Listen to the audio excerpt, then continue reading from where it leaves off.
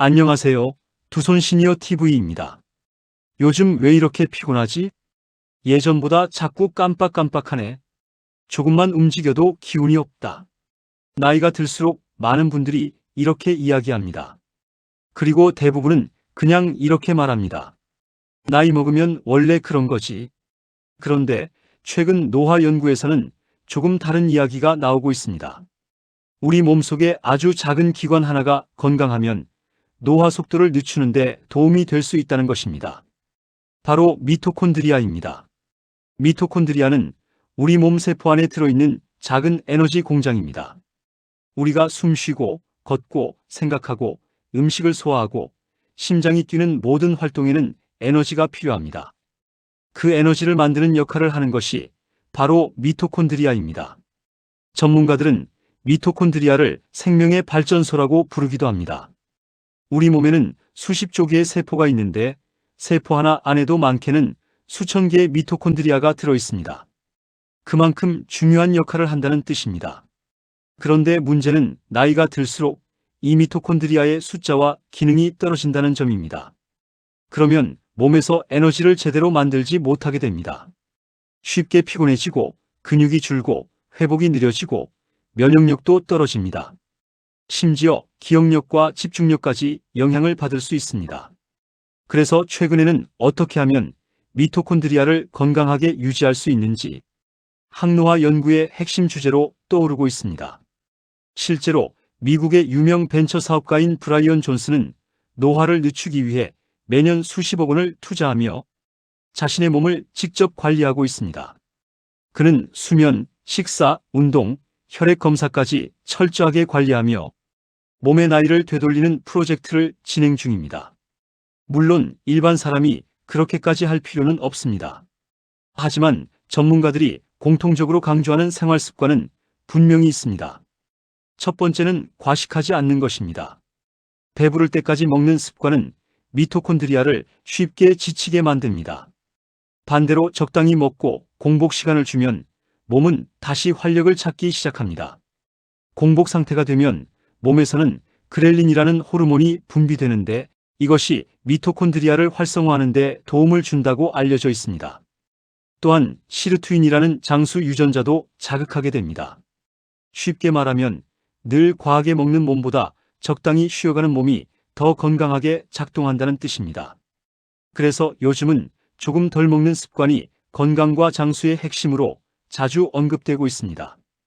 두 번째는 당분과 탄수화물을 줄이는 것입니다.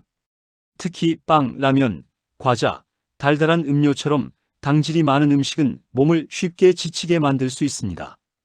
혈당이 급격하게 오르면 인슐린이 반복적으로 분비되고 지방이 쌓이기 쉬운 몸 상태가 됩니다. 반대로 당질을 조금 줄이면 우리 몸은 케톤체라는 물질을 만들어내기 시작합니다. 이 케톤체는 미토콘드리아의 좋은 에너지원으로 알려져 있습니다. 특히 뇌세포는 미토콘드리아가 아주 많이 필요한 기관인데 케톤체가 뇌 에너지 공급에 도움을 줄 수 있다는 연구도 있습니다. 그래서 전문가들은 밥량을 조금 줄이고 채소와 단백질 반찬을 늘리는 식사를 권하기도 합니다. 하지만 여기서 중요한 건 극단적으로 굶거나 무조건 탄수화물을 끊는 것이 아닙니다. 무리한 저탄수화물 식단은 오히려 몸을 지치게 만들 수 있습니다. 결국 중요한 건 균형입니다. 세 번째는 운동입니다. 많은 분들이 운동을 살 빼기 위해서만 한다고 생각합니다. 하지만 운동은 단순히 체중 감량만을 위한 것이 아닙니다. 운동을 하면 몸속 혈액순환이 좋아지고 산소 공급이 활발해집니다. 그러면 미토콘드리아도 더 활발하게 움직이기 시작합니다. 특히 빨리 걷기, 자전거 타기, 수영 같은 유산소 운동은 미토콘드리아 활성화에 도움이 된다고 알려져 있습니다. 거창하게 운동할 필요도 없습니다. 하루 30분 정도 숨이 약간 찰 정도로 걷는 것만으로도 충분히 도움이 될 수 있습니다. 오히려 중요한 건 꾸준함입니다. 하루 운동하고 일주일 쉬는 것보다 매일 조금씩 움직이는 몸이 훨씬 건강합니다. 그리고 빼놓을 수 없는 것이 바로 수면입니다. 잠이 부족하면 몸은 회복할 시간을 잃게 됩니다. 밤늦게까지 스마트폰을 보거나 새벽까지 잠을 못 자는 생활은 몸의 리듬을 무너뜨립니다. 미토콘드리아 역시 제대로 회복하지 못하게 됩니다. 그래서 항노화 전문가들은 하나같이 규칙적인 수면을 강조합니다. 일찍 자고 일정한 시간에 일어나는 것만으로도 몸 상태가 달라질 수 있다는 것입니다. 최근에는 고압산소 치료도 주목받고 있습니다. 특수 장비 안에서 고농도 산소를 공급받는 치료인데 손상된 조직 회복과 세포 활성화에 도움을 줄 수 있다는 연구들이 나오고 있습니다. 실제로 일부 병원에서는 상처 치료나 재활, 항노화 목적으로 활용하기도 합니다. 다만 이런 치료는 반드시 전문 의료진과 상담 후 진행해야 합니다. 결국 노화를 늦추는 방법은 거창한 비밀이 아닐지도 모릅니다.